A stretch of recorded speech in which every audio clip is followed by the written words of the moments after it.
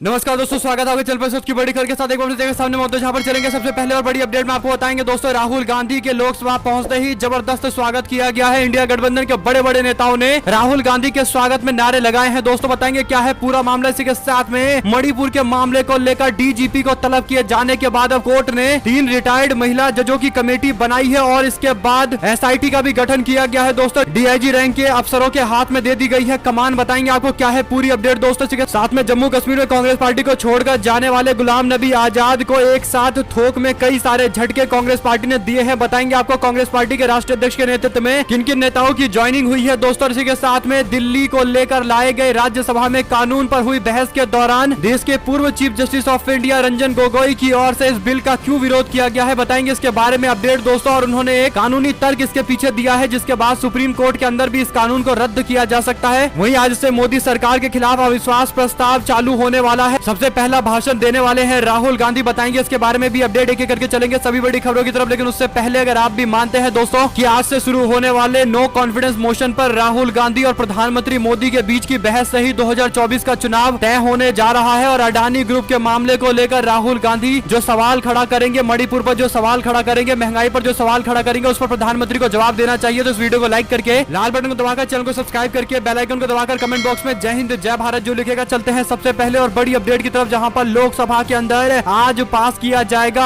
अविश्वास प्रस्ताव। राहुल गांधी इस प्रस्ताव की शुरुआत करने वाले हैं। इसके बाद इंडिया गठबंधन के सारे बड़े नेता आज, कल और परसों 3 दिन बयान देंगे दोस्तों। और अंत में प्रधानमंत्री का पूरे मामले पर जवाब होने वाला है। उसके बाद वोट डाला जाएगा। ऐसे तो आंकड़ा बीजेपी के खाते में है, लेकिन इसके बावजूद नो कॉन्फिडेंस मोशन पर होगी चर्चा। तो 2024 में होने जा रहे लोकसभा चुनाव के लिए सारे मुद्दे सेट हो जाएंगे। ये तय हो जाएगा कि किस मुद्दे पर चुनाव लड़ा जाएगा। लोकसभा में जिन मुद्दों पर बहस किया जाएगा, राहुल गांधी सवाल खड़ा करेंगे दोस्तों, वही विपक्ष का सबसे बड़ा एजेंडा 2024 के चुनाव में होने वाला है। और आज से 3 दिनों तक लगातार संघर्ष जारी रहेगा दोस्तों। बताएंगे आपको किस तरीके की अपडेट आती रहेगी। चलते हैं एक और बड़ी खबर की तरफ। राहुल गांधी की सदस्यता को 24 घंटे के अंदर रद्द किया गया था, लेकिन लगभग 48 घंटे का समय लिया गया है उनके लोकसभा की सदस्यता को रिस्टोर करने के लिए। और ऐसे में राहुल गांधी को लेकर जब लोकसभा के सचिवालय की ओर से जानकारी दी गई कि उनकी सदस्यता को एक बार फिर से पुनर्स्थापित कर दिया गया है, इसके बाद जबरदस्त जश्न देखने को मिला। कांग्रेस पार्टी के नेता मल्लिकार्जुन खड़गे और अधीर रंजन चौधरी समेत पार्टी के सारे वरिष्ठ नेता एक बैठक के दौरान मौजूद थे। इंडिया गठबंधन के लोग भी मौजूद थे। इसमें मिठाइयां बांटी गई है दोस्तों, एक दूसरे को लोगों ने मिठाइयां खिलाई है। और राहुल गांधी जैसे ही लोकसभा पहुंचे, उनका जबरदस्त स्वागत किया गया। कांग्रेसी सांसद अचानक से कार्यकर्ता बन गए और राहुल गांधी की जमकर तारीफ करते हुए नारेबाजी भी करने लगे दोस्तों। एक अलग तरीके का माहौल बन गया था। और ऐसे में राहुल गांधी के पहुंचने के बाद भाजपा के लोगों ने लोकसभा के अंदर कई बार हंगामा भी किया है। वहीं आपको बता दें कि मणिपुर के अंदर बीजेपी की मुश्किलें थमने का नाम नहीं ले रही है। मणिपुर हिंसा को लेकर सुप्रीम कोर्ट ने 7 अगस्त यानी बीते दिन मणिपुर के डीजीपी को सुप्रीम कोर्ट तलब किया था दोस्तों। और डीजीपी को जैसे ही नोटिस गया, वैसे ही 7 तारीख को वो पहुंच गए। बीते दिन जैसे ही डीजीपी कोर्ट पहुंचे, सुप्रीम कोर्ट ने कहा कि हम लोग हाई कोर्ट के 3 जजों की कमेटी मणिपुर के मामले को लेकर बनाने जा रहे हैं, जो पूरे मणिपुर के मसले को देखेगी। और इसके बाद पुनर्वास यानी रिहेबिलिटेशन का काम भी देखा जाएगा कि लोगों को कैसे उनके पुराने स्थान पर भेजा जाए। कोर्ट ने यह भी कहा कि ऐसी कोशिश की जानी चाहिए ताकि राज्य के लोगों में विश्वास और कानून के शासन में भरोसा लौट सके। वहीं राज्य के हालात की जानकारी देते हुए मणिपुर के डीजीपी राजीव सिंह ने कोर्ट में बताया कि उनकी सरकार कई कदम उठा रही है। दरअसल दोस्तों, जम्मू कश्मीर हाई कोर्ट के चीफ जस्टिस गीता मित्तल इस कमेटी के हेड होंगी। कमेटी के 2 अन्य सदस्य होंगे, justice retired Shalini P Joshi और जस्टिस रिटायर्ड आशा मेनन, यानी तीनों महिला जजों को कमेटी का हिस्सा बनाया गया है। और ये कमेटी ही 3 लोगों की और तीनों महिलाएं हैं, जो कहीं ना कहीं एक मैसेज दिया गया है कि मणिपुर के अंदर जो महिला विरोधी हिंसाएं हो रही है, उन हिंसाओं से पीड़ित महिलाओं के लिए ये कमेटी बनाई गई है। और दोस्तों, सुनवाई के दौरान सरकार की ओर से अटॉर्नी जनरल आर वेंकटरमन ने कहा कि मणिपुर में मौजूदा स्थिति नाजुक है, बाहर से जांच होना लोगों में विश्वास पैदा नहीं करेगा। सरकार स्थिति को संभालने के लिए परिपक्व तरीके से डील कर रही है। मणिपुर में एक आर्टिफिशियल सिचुएशन बन गई है, जिससे बताया जा रहा है कि सरकार कुछ नहीं कर रही है। यह बहुत उलझाऊ स्थिति है। कुल मिलाकर दोस्तों, अपने सरकार का बचाव करते हुए अटॉर्नी जनरल की ओर से ये बातें कही गई है, यानी उनके बयान से समझ आ रहा है कि शायद वो इस कमेटी बनाने के खिलाफ है। आर्टिफिशियल कमेटी इसको बता रहे हैं। आपको बता दें कि सुप्रीम कोर्ट ने कहा कि मणिपुर में हिंसा से जुड़े मामलों की 42 स्पेशल इन्वेस्टिगेशन टीम जांच करेगी, यानी 42 SIT बनी है। इन केस को अभी तक CBI को ट्रांसफर नहीं किया गया है। इन SIT के काम को DIG रैंक का अफसर निगरानी करेगा। ये अफसर मणिपुर के बाहर के होंगे। DIG रैंक का एक अफसर 6 SIT की निगरानी करेगा। इन SIT की जांचों के आधार पर नियुक्तियां होंगी। कुल मिलाकर दोस्तों, सुप्रीम कोर्ट जबरदस्त फॉर्म में दिखाई दी और पूरे मामले पर पर एक चीज जो स्पष्ट तौर पर कही जा सकती है वो ये कि सरकार के प्रति लोगों के मन में जो विश्वास कम हुआ है, खासकर कुकी समाज के कई सारे लोग बीजेपी के मुख्यमंत्री एन बीरेन सिंह को लेकर नाराजगी व्यक्त कर रहे हैं और उनकी मिली भगत होने जैसी टिप्पणियां कर रहे हैं। तो इसके बाद अब सरकार में विश्वास बनाए रखने के लिए कोर्ट की ओर से ये बड़े निर्णय लिए गए हैं। उम्मीद की जा रही है कि मणिपुर की बीजेपी एन बीरेन सरकार इस मामले पर जरूर संजीदा रूप से कार्य करेगी, क्योंकि सुप्रीम कोर्ट की ओर से पूरा एक निष्पक्ष कमेटी और एसआईटी गठन किए गए हैं। दोस्तों आप लोग की जो भी राय हो लिखकर जरूर बताएगा, और क्या बीजेपी एन बीरेन सिंह को हटाने की कोशिश करेगी या नहीं करेगी, क्योंकि एन बीरेन सिंह जिस तरीके से हिंसा रोक नहीं पा रहे ये उनकी विफलता को स्पष्ट तौर पर दिखाता है। लेकिन इसके बावजूद वो लगातार सत्ता में बने हुए हैं, उनके ऊपर बीजेपी के बड़े नेताओं का आशीर्वाद है, इसमें कोई दो राय नहीं है। लेकिन ये आशीर्वाद किस बात को लेकर है ये लोगों के मन में एक बड़ी शंका है। आप लोग कमेंट बॉक्स में अपनी राय जरूर लिखकर बताइएगा। साथ साथ जम्मू कश्मीर के 20 से अधिक नेताओं ने सोमवार को दिल्ली में कांग्रेस की सदस्यता ग्रहण की। इसमें ज्यादातर नेता गुलाम नबी आजाद की डेमोक्रेटिक प्रोग्रेसिव आजाद पार्टी के सदस्य थे, यानी कांग्रेस पार्टी को तोड़कर अपनी पार्टी बनाने का ख्वाब देख रहे कश्मीर के कांग्रेस पार्टी के नेता गुलाम नबी आजाद का सपना धीरे धीरे चकनाचूर होता दिखाई दे रहा है। कांग्रेस पार्टी के अध्यक्ष ने कहा कि जम्मू कश्मीर में कांग्रेस पार्टी दिन ब दिन मजबूत होती जा रही है। मल्लिकार्जुन खड़गे ने ट्वीट करते हुए लिखा कि हम आज हमारे साथ शामिल होने वाले कई प्रमुख नेताओं का स्वागत करते हैं। यह इस बात का संकेत है कि जम्मू कश्मीर के लोग चाहते हैं कि कांग्रेस उनके मुद्दों को संबोधित करने और शांति और प्रगति को लाने में नेतृत्व करे। वहीं पर पार्टी के नेता जयराम रमेश ने अनुच्छेद 370 को लेकर गुलाम नबी आजाद पर मौखिक हमला करते हुए कहा कि गुलाम नबी आजाद खुद यह कहकर अपने डीएनए में बदलाव का सबूत देते हैं कि अनुच्छेद 370 को हटाने का विरोध करने वाले लोग जमीनी स्थिति से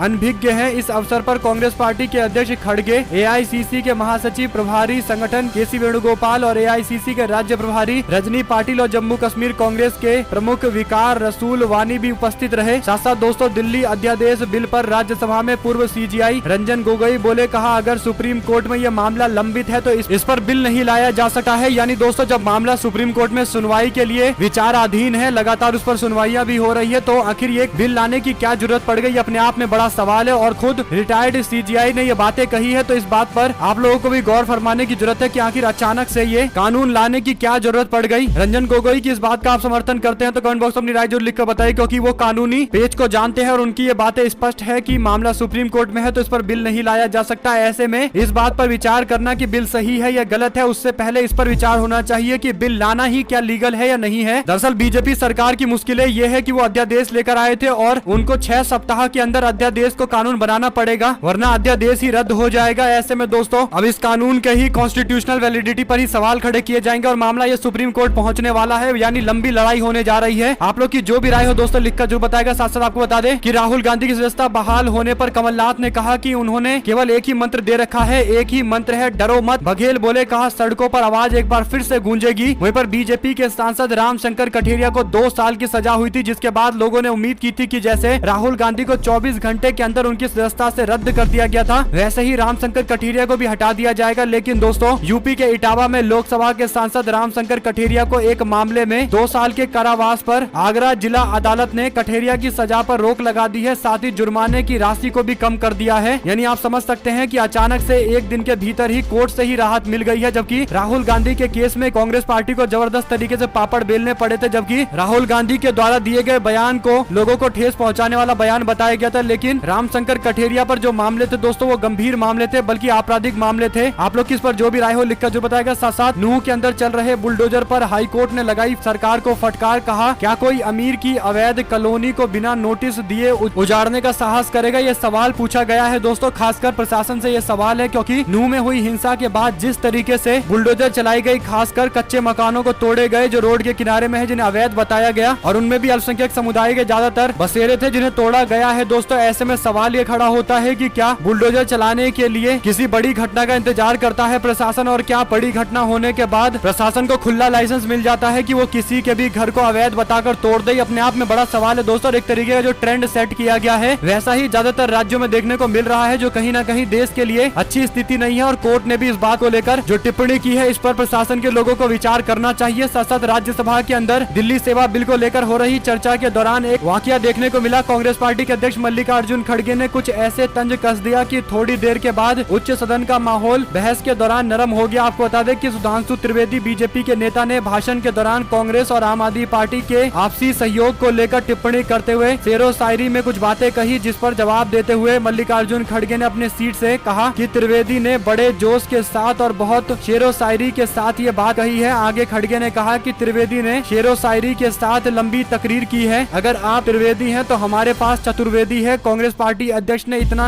जैसे ही कहा, इसके बाद सभी लोग हंसने लगे। दरअसल दिल्ली सेवा बिल को लेकर जबरदस्त हाई इंटेंसिव बातचीत चल रही थी। इस दौरान दोस्तों ये हल्की फुल्की बात की गई है। साथ साथ आपको बता दें कि दिल्ली के मुख्यमंत्री अरविंद केजरीवाल ने राज्यसभा में बिल पास होने पर संबोधन करने की बात कही है। उनकी ओर से भी ये जानकारी दी गई है। साथ साथ आम आदमी पार्टी ने दावा किया है कि गुजरात के अंदर कांग्रेस पार्टी के साथ सहयोग करके चुनाव लड़ा जाएगा। आम आदमी पार्टी के गुजरात के चीफ बता रहे हैं कि 2024 के चुनाव को लेकर कांग्रेस पार्टी के साथ लगातार बातचीत जारी है और ये बातचीत अंतिम रूप में पहुंचने वाली है। कांग्रेस पार्टी आम आदमी पार्टी सहयोग करके गुजरात के अंदर कुछ सीटों को बांटकर अलग अलग चुनाव लड़ेगी, यानी हर एक सीट पर बीजेपी के खिलाफ विपक्ष का केवल एक ही कैंडिडेट होगा। साथ साथ दोस्तों पटना हाईकोर्ट के द्वारा नीतीश सरकार के द्वारा कराए जा रहे जातीय जनगणना को अलाउ करने के बाद अब सुप्रीम कोर्ट यह मामला पहुंचा। सुप्रीम कोर्ट में याचिका दाखिल करते हुए जातीय जनगणना पर रोक लगाने की मांग की गई थी। कोर्ट ने इस पर सुनवाई करते हुए रोक लगाने से इंकार कर दिया है। कोर्ट ने कहा कि 80% काम पूरा हो चुका है, अभी रोकने का कोई मतलब नहीं है। 14 अगस्त को अगली सुनवाई हो सकती है। साथ साथ अखिलेश यादव का सीएम योगी पर तंज, कहा ये बुलडोजर मणिपुर क्यों नहीं जा रहा है। अगर आप लोगों को ये भी खबर अच्छी लगी हो तो इस वीडियो को लाइक करके लाल बटन दबाकर चैनल को सब्सक्राइब करके बेल आइकन दबाकर कमेंट बॉक्स में जय हिंद जय भारत जरूर लिखेगा। जुड़े रहने के लिए सभी दोस्तों भाइयों बहनों मित्रों का बहुत बहुत धन्यवाद। देख रहे थे आपका अपना चैनल जय हिंद।